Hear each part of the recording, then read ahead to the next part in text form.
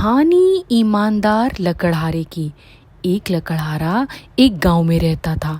वो हर दिन जंगल में जाता, लकड़ियाँ काट कर लेकर आता, गांव में बेचता और इसी तरीके से वो अपनी ज़िंदगी चलाता। एक दिन जब वो जंगल में लकड़ियाँ काट रहा था, अचानक से उसकी कुल्हाड़ी पास बहती नदी में गिर गई। लकड़हारा बहुत परेशान हो गया। वो बैठ गया और ये सोचने लगा कि अब वो क्या करेगा, क्योंकि उसकी कुल्हाड़ी ही उसका आखिरी सहारा थी कि वो अपनी रोजी रोटी चलाता था। जब वो बैठा था तो उसने अचानक से देखा कि नदी के अंदर से एक परी बाहर आई। परी ने लकड़हारे से पूछा कि तुम इतने परेशान क्यों हो, क्या हुआ?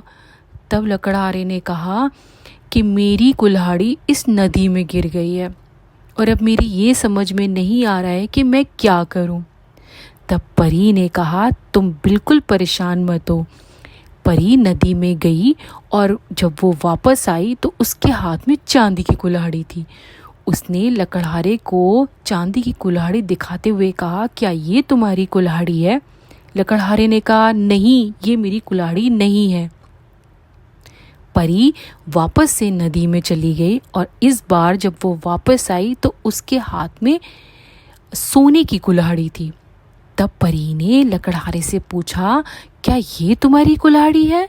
लकड़हारे ने कहा, नहीं, ये भी मेरी कुल्हाड़ी नहीं है। फिर परी वापस से नदी में गई और इस बार जब वो वापस आई तो उसके हाथ में लकड़हारे की लोहे वाली कुल्हाड़ी थी। तब उसने लकड़हारे से पूछा, क्या ये तुम्हारी कुल्हाड़ी है? तो लकड़हारा बहुत खुश हुआ और उसने कहा, हाँ हाँ, ये ही मेरी कुल्हाड़ी है। लकड़हारे की ईमानदारी देखकर परी बहुत खुश हुई। उसने इनाम के तौर पर लकड़हारे को 3 कुल्हाड़ियाँ दे दी। लकड़हारा बहुत खुश हो गया और खुशी खुशी अपने गांव को लौट गया। तो इससे क्या सबक मिलता है? ईमानदारी का फल ज़रूर मिलता है।